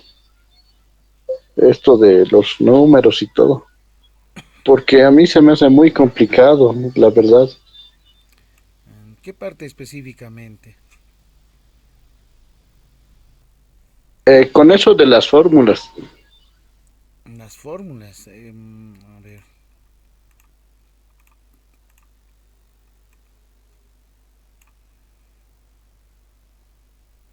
De la tarea, me pregunta de la tarea respecto a Sí, los magíster, de ejercicios. la tarea, A si ver, tuviera unos ejemplos parecidos para que podamos, ejemplos resueltos, ya, ¿no? Resueltos, resueltos. ya. A ver, ¿dónde está? Por ejemplo, de la tarea hemos mencionado, ¿no? ¿Dónde está la tarea? Veamos. La tarea número 3 aquí está, ¿no? Este ejercicio, ¿están viendo? Es similar a este. ¿Dónde está? Aquí está. ¿Lo ven? Es que es similar, solamente he cambiado valores numéricos. 208, 35. Aquí dice 45, ¿no? 10, 350. ¿Sí? Ahí estamos bien. Es similar a este ejercicio el que tienen que resolver. El tercero. El segundo. Para el segundo tienes que emplear o utilizar, por ejemplo, ver. Lo primero tienes, dice, un promedio, ¿no? Tienes una varianza. ¿Y qué es la varianza? Es sigma cuadrado, ¿no es cierto? A ver, voy a anotar aquí. No sé si me alcanza espacio. No voy a abrir otra necesariamente. Otra. Entonces, lo que tienes que hacer aquí es, por ejemplo, calcular, dice, ¿no? ¿Cuál es la probabilidad de que la media muestral esté entre 900 a 1500? Está diciendo cuál es la probabilidad. Ahí está, ¿no? ¿Cuál es la probabilidad de que la media muestral, ¿no? Sí, aquí voy a anotar x barra media muestral es barra, ¿no? El mu, por ejemplo, es media poblacional, ¿no ven? Sí, de que esa media muestral esté entre 900 y 1500. Ah, bien, entonces, ¿qué está diciendo? Se lo voy a borrar. Está indicando lo siguiente, que esa media muestral esté en este rango, en este intervalo, dice, ¿no? De 900 menor o igual, si deseas, x barra, ahí está, menor o igual, etcétera, 1500. ¿Cuánto es esto? Te dice, ¿cuál es su probabilidad? Eso es lo que te está pidiendo en la número 2. Entonces aquí, ¿qué tienes que hacer? Para que esto se convierta en una variable normal estandarizada z. Tienes que restar primero, en principio, la media, aquí está, y dividido entre la desviación típica estándar, ¿no? No olvides que z es igual a cuánto. Es una variable, dijimos, ¿no? Supongamos x o j, no lo sé, menos mu sobre sigma. Esta es para nosotros, ¿no? La variable estándar. ¿Sí? ¿Hasta ahí estamos bien? Entonces, a esta desigualdad, ¿qué tienes que hacer? Ahora, algunos van a decir esto es menor, ¿y cuál es la diferencia entre menor, menor, igual? De que sea menor es de que sea abierto, ¿no? Y de que sea menor, igual, cerrado en ese intervalo, ¿no? Nada más eso se refiere, ¿no? Cerrado, ¿qué significa? De que este extremo es parte, ¿no? Del área. Si es abierto, es decir, menor estricto, significa que este valor o este límite no necesariamente va a ser parte, no es parte en realidad, ¿no? A esto se refiere menor, menor, igual, las diferencias, ¿no? Bueno, entonces esa es la probabilidad que tienes que calcular, ¿no? ¿Y cómo tienes que calcular? Estandarizarlo. ¿Y cómo tienes que estandarizarlo? Aquí voy a hacer de color verde. Probabilidad. Entonces, ¿qué voy a restar? 900 menos cuánto. Y voy a dividir entre cuánto. Aquí está. 1000. Promedio de cuánto es. Dice 1000. Entonces aquí 900 menos 1000. Dividido entre cuánto. Varianza es 500. Ah, está diciendo varianza es 500. Es decir, sigma cuadrado es la varianza. No, no se olviden eso, ¿ya? Entonces, eso es 500, dice. ¿Listo? Pero yo solamente quiero sigma. Entonces, ¿qué hago para obtener sigma? Entonces, saco la raíz cuadrada, ¿no es cierto? Saco raíz cuadrada, ahí está. Entonces aquí va a ser igual, entonces la desviación estándar es igual a la raíz cuadrada de 500. ¿Sí? Hasta ahí estamos bien. Entonces aquí dividido entre raíz cuadrada de 500. ¿Qué dice? Menor o igual, ¿no? Lo mismo. Va a ser x el promedio, ¿no? X promedio menos mu, que ya sabemos que es 1000, dividido entre raíz cuadrada de 500. Esa desigualdad que estoy haciendo, estoy primero restando el promedio, luego dividiendo entre su desviación típica estándar. Entonces estoy haciendo la aproximación, ¿no? A ese límite.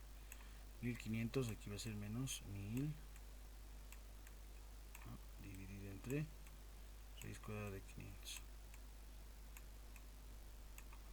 Ya luego ustedes hacen operaciones aritméticas. Aquí les va a dar un número, aquí les va a dar otro número, supongamos A, este B, ¿no? Menor o igual, menor o igual.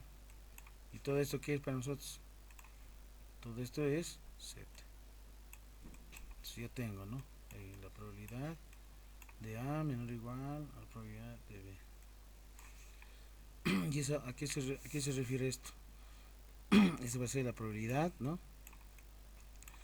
En encontrar, ¿no? Del extremo superior, dijimos, es decir, probabilidad Z menor o igual a B.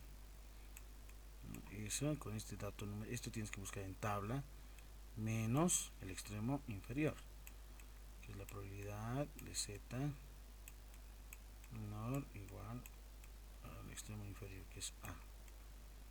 Igual el A, ubicas en la tabla, vas a tener un dato numérico, otro dato numérico, los restas y ya está. Y esa es la probabilidad, la que se necesita.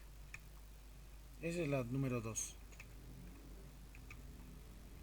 Aquí está, mira, este por ejemplo, igual, estandarizarlo, calculas, o directamente si tienes la tabla normal, no la estándar, entonces directamente también lo tienes. Pero aquí, este es el extremo superior, ¿no? Entonces probabilidad del extremo superior menos el inferior. Es la probabilidad directamente, ubica 0.45, ¿cuánto es su probabilidad con la tabla? Listo. Aquí es negativo, entonces 1 menos con parte positiva va a ser, ¿no? En esta de aquí.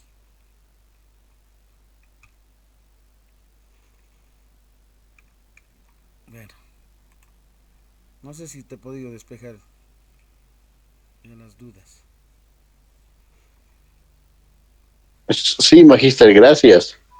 Ya hay idea, ¿no? Yo creo que ya tienen ya la idea, no está nada complicado, pero hay más 10. Hasta la siguiente, hasta el 15 es la tareita.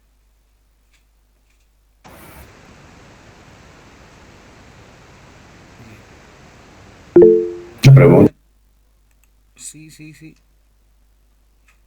Magíster, una consulta. Bueno, estamos viendo que a veces, como somos del área de sociales, tal vez, o de otras áreas, el typeo en Word de, la, sí, de los símbolos matemáticos un poquito resulta complicado.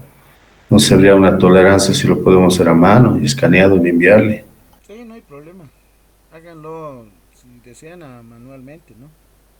Porque a veces algunos no manejan, digamos, el MyType, entonces no pueden utilizarlo. Yo, por ejemplo, manejo con el MyType, ¿no?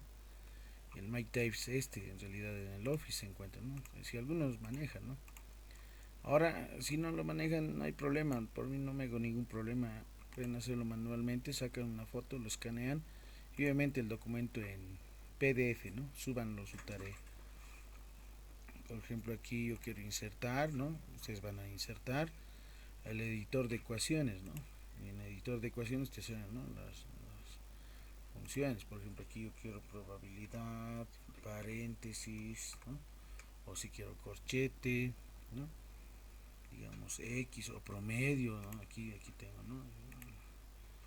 En realidad esto es para tiempito también, ¿no? No es nada.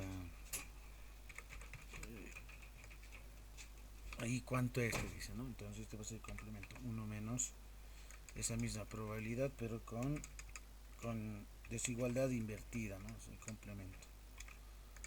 Esta desigualdad nomás lo cambio.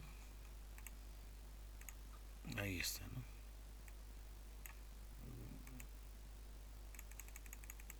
Ahí, ¿no? Pueden utilizar, si desean, los que manejan, ¿no? Con el Word, con el editor, ¿no? Ustedes van a insertar ecuación, no este que dice símbolo, este de ecuación. Entonces ahí puedes hacerlo. Ahí tienes herramientas, ¿no? Simbologías para exponente, radical, para la fracción, cuando quieras dividir, para el promedio, como el X barra que lo hizo, ¿no? Pues no hay ningún problema, no hay ningún lío. Si algunos manejan, pueden hacerlo adelante, ¿no? Y si algunos son directamente letra clara, legible, entonces una fotito escaneada y en PDF, ¿no? Bien. Bueno, si no hay más consultas y los que acaban de ingresar un poquito tarde, no se olviden anotar su nombre completo para tomar en cuenta la asistencia del día de hoy, los que han estado presentes. Bueno, muy buenas noches a todos y esta grabación el día de mañana lo voy a subir. Tarda un poquito a YouTube y les comento. Esta noche va a cargar y mañana ya la van a tener el video. Y no se olviden mañana su evaluación de la unidad número 2. No se olviden, por favor, que no se olviden. Mañana la evaluación número 2. Buenas noches a todos.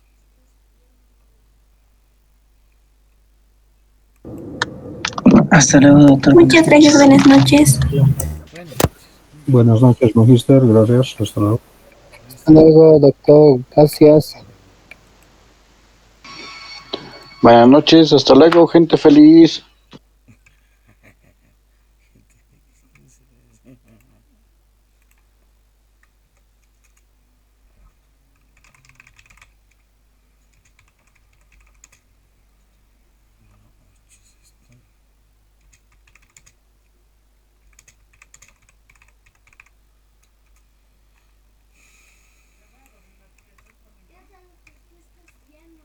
Gente feliz. ¿Dónde está?